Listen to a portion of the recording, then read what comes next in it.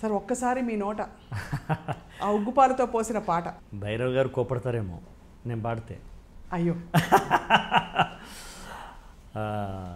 అప్పుడు ఆయన చెప్పింది ఏంటంటే, ఏ ఫ్లోలో వస్తుందో ఆ ఫ్లోలో రాయండి, మీకు పూర్తిగా అర్థమైపోయింది కాబట్టి సిచ్యువేషను అనుకున్నప్పుడు నేనేమన్నానంటే, ఒకటి అడిగాను నేను, సార్ డైరెక్టర్ పాడుతున్నట్టుగా ఉండాలా, బ్యాక్గ్రౌండ్లో రావాలా, డైరెక్టర్ పాడుతున్నట్టుగా, అంటే పాయింట్ ఆఫ్ డైరెక్టర్ నుంచి మనం ఒకటి రాస్తాం, దాన్ని ఏమంటారు బ్యాక్గ్రౌండ్ సాంగ్ అంటారు చూడు. అంటే బ్యాక్గ్రౌండ్ సాంగే అనుకోండి, బట్ తనకు తాను అనుకున్నట్టుగా ఉంటే ఎట్లా ఉంటుంది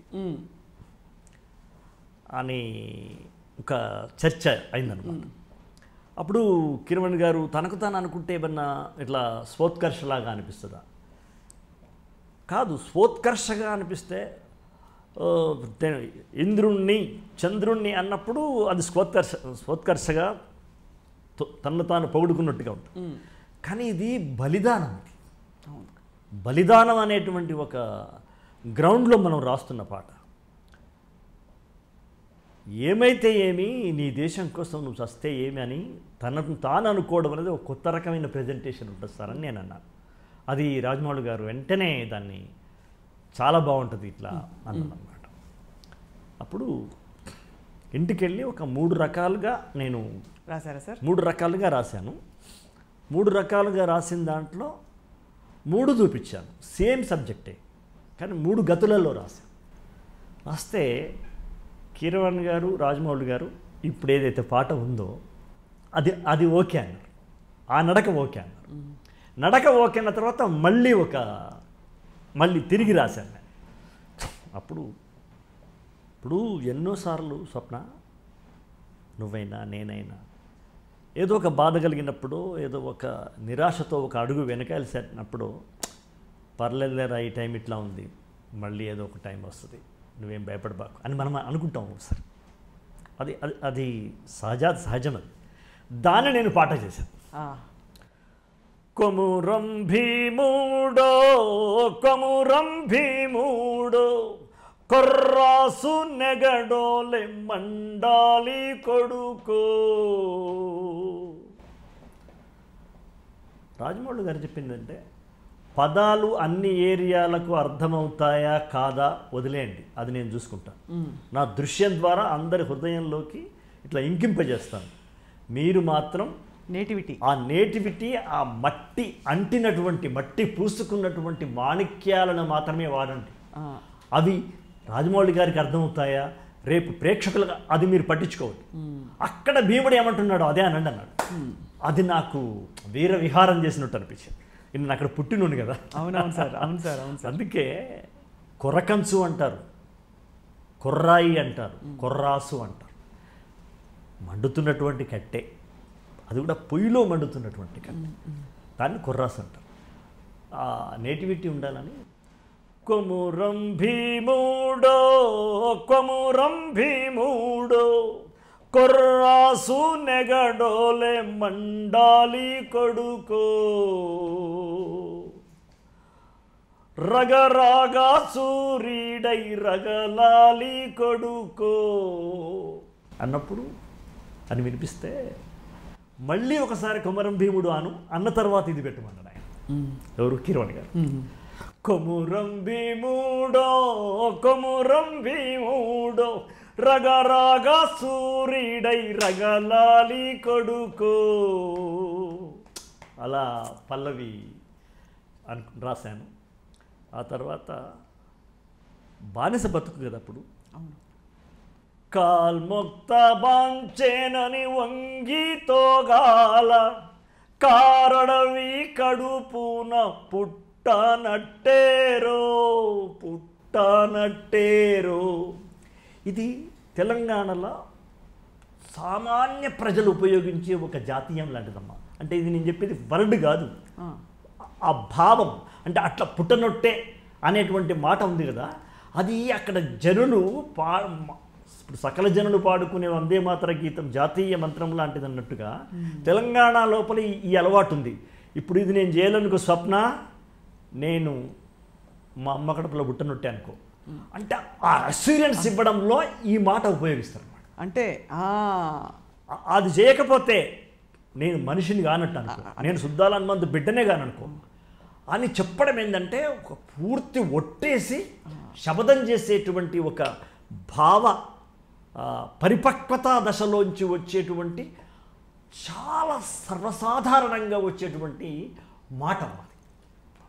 దాన్ని నేను ఇక్కడ చాలా కరెక్ట్గా పెట్టాలనిపించింది. నేను రాస్తున్నప్పుడు మా ఇంట్లో కూర్చొని టేబుల్ మీద రాస్తున్నప్పుడు ఇట్లా ఎక్స్ప్రెషన్ చేస్తే కరెక్ట్. ఇక అంతకన్నా ఇంకా కట్టుబడి ఉంటుంది అంటే దాని కమిట్మెంట్ ఏముంటుంది చెప్పండి. వీళ్ళకి భయపడి వీళ్ళ దెబ్బలకు భయపడి నేను ఒక కాల్ముక్త బాంఛన్ అనేది కూడా తెలంగాణ లోపల భయపడ్డ ప్రజలు మాడే మాటే.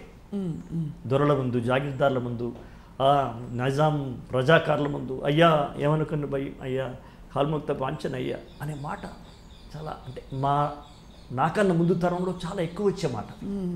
అది కమ్యూనిస్ట్ పార్టీ వచ్చిన తర్వాత, యుద్ధం జరిగిన తర్వాత ఆ మాట రాను పోయింది. కానీ ఆ భయంలోంచి వచ్చిన మాట దాన్ని నేను ఉపయోగించాలి. కొమరం భీముడు కదా 1920. అవునవును. కాబట్టి అది బాగా కదా అప్పుడు నైజాం పరిపాలిస్తున్న రోజులు. కాల్ముక్త బాంఛేనని వంగితోగాల కారడవి తల్లికి పుట్టనట్టేరో చర్మములిచే దెబ్బకు అబ్బంటోగాల. ఇట్లా ఒక్కొక్కటి ఈ టొగాల అనేది ఉండాలా వద్దా అని మళ్ళీ ఒక చర్చ.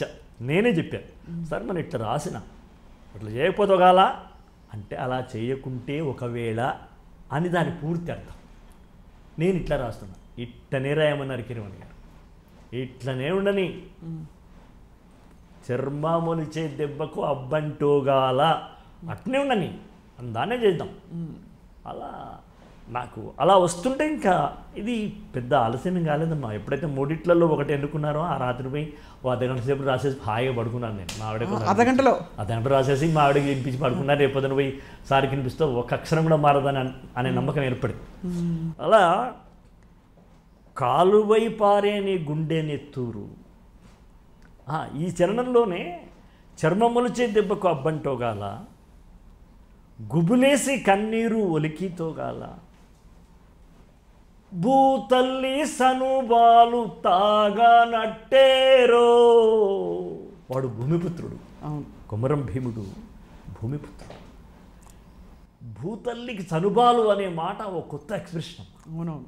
మా అమ్మ పాలు నేను దాగనట్టే అనేది యూజువల్గా ఉపయోగించాను. భూతల్లి సనుబాలు దాగనట్టేరు అంటే వాళ్ళు ఏమన్నా వాటర్ బాటిల్ తెచ్చుకుంటారా? ఎక్కడ చెలిమిలు ఉంటే అక్కడ, ఎక్కడ వరద ఉంటే అక్కడ, ఎక్కడ నీళ్ళు వస్తుంటే అక్కడ, ఎక్కడ కొండ నుంచి నీళ్ళు వస్తుంటే ఆ నీళ్లు తాగి బతికిన వాళ్ళు. కాబట్టి భూతల్లి సనుబాలు తాగనట్టోరే అనే మాట ఇలా వస్తూ వస్తూ రాశాను. తర్వాత ఆయన రాజమౌళి గారు కొన్ని సవరణలు కూడా చెప్పారు. ఇది ఇట్లా చేయండి, ఇట్లా చేస్తే ఇంకా బాగుంటుందేమంటే అది స్పాట్లో అయిపోయింది. అయితే లాస్ట్కు రాజమౌళి గారు ఒకటి కోరారు, నాది నా త్యాగం, నా యొక్క దేశభక్తి కోసం నేను ఇచ్చే ఈ దేహం, ఈ ప్రాణం, ఈ రక్తం, ఈ సమస్తం నా దేశానికి ఇస్తున్నటువంటి, నా భూమికి చేస్తున్నటువంటి పూజ లాంటిది అని అన్నప్పుడు దాన్ని ఎక్స్ప్రెస్ చేయండి అని ఆఫీస్లోనే అక్కడ అల్యూమినియం ఫ్యాక్టరీలో పెట్టుకున్నాడు ఆయన ఆఫీస్. మరి ఇప్పుడు ఎక్కడుందో తెలీదు. ఆ మాట చెప్తే అక్కడే రాసేస్తాను. అక్కడ కిరవణ్ గారు ఒక తమాషాగా అన్నారు, తొందరమే లేదు అశోక్, షూటింగ్ నడుస్తూ ఉంటుంది, రేపు రాసుకురా అని అన్నాడు. అనగానే రాజమౌళి గారు భలే అన్నారు, పెద్దన్న అంటాడు ఆయన్ని, పెద్దన్న మనం ఇద్దరం కలిసిపోయి కాఫీ తాగి లోపల రాస్తాడు, మళ్ళీ ఆయనకి ఎందుకు రేపటికి వాయిదా వేస్తున్నావు నువ్వు అన్నారా అని. మేము బయటికి వెళ్తాం సార్, మేము కాఫీ తాగుతుంటాం, మీరు చేయండి, 5 నిమిషాలు అయిపోతుంది మీకు అన్నాడు. నిజంగా 4 నిమిషాలకి నేను మళ్ళీ బయటికి వెళ్ళలేదు, రండి సార్ అయిపోయిందని. ఇది ఒక కవికి బోల్డ్ అంత స్ఫూర్తి కూడా, అంటే మీ గొప్పతనమే అది. అయినా కూడా ఆయన అనడం, అది రాజమౌళి గారి దగ్గర ఉన్నటువంటి గొప్ప విషయం ఏంటంటే ఎలా డెలివరీ చేయించుకోవాలో అత్యద్భుతమైనటువంటి నేర్పరి. అప్పుడు నేను దాన్ని కాలువై పారేని గుండె నెత్తూరు భూతల్లి బొట్టయ్యింది చూడు అని ఆ బొట్టయ్యింది, కాళ్ళకు పారాణయ్యింది. ఇలా తన నుంచి అంటే జనరల్గా దీని రివర్స్ ఏంటంటే అమ్మా, భూతల్లి మట్టిని బొట్టు పెట్టుకోమని అంటాం ఏదైనా ప్రతిజ్ఞ చేసేటప్పుడు. ఇగో ఈ మట్టి మీద, ఈ మట్టిని నా నుదుట సింధూరం అంటుంటారు కదా, దాన్ని నేను అది కూడా నాకు తక్కువ అనిపించిందమ్మా. మట్టిని తను బొట్టు పెట్టుకోవడం గొప్ప మాతృభక్తి, దీనికన్నా ఇంకేమన్నా పై స్థాయి లేదా భావ వ్యక్తీకరణ అనుకున్నాను. అప్పుడు నేనేం చేశానంటే, నీ నెత్తురే భూతల్లికే బొట్టు అవుతుందంటే అద్భుతంగా ఉంటుంది కదా నాకు. భూతల్లి మట్టి నువ్వు బొట్టు పెట్టుకునే కంటే నీ నెత్తురే భూతల్లికి బొట్టు పెడుతున్నాను అనుకో అనడంలో ఇంకా అంటే ఇక్కడ దాకా ఒక ఎత్తుందంటే దానికన్నా మొత్తం పైకి కదా. అలా నాకు అది చెప్తుంటే తోచిందనమాట. ఆయన 5 నిమిషాలు రాసేస్తా అన్నప్పుడు ఇది దోచి ఇది రాసేసాను. ఈ పాట అంటే చివరికి నా నెత్తుడిని నీకు తల్లిగా కాలువై పారే నా గుండె నెత్తూరు భూతల్లి నుదుటి బొట్టయితుంది చూడు అంటే ఇంకా పరాకాష్ట అంతకంటే ఏముంటుంది అని కదా. ఒక భూతల్లి దానికైనా అమ్మ కాళ్ళ పారాణవుతుంది చూడు, పుడమి తల్లి నవ్వై మెరిసింది చూడు. గొప్ప వీరమాత తన కొడుకు ప్రాణం తెగిస్తుంటే ఏడవదు.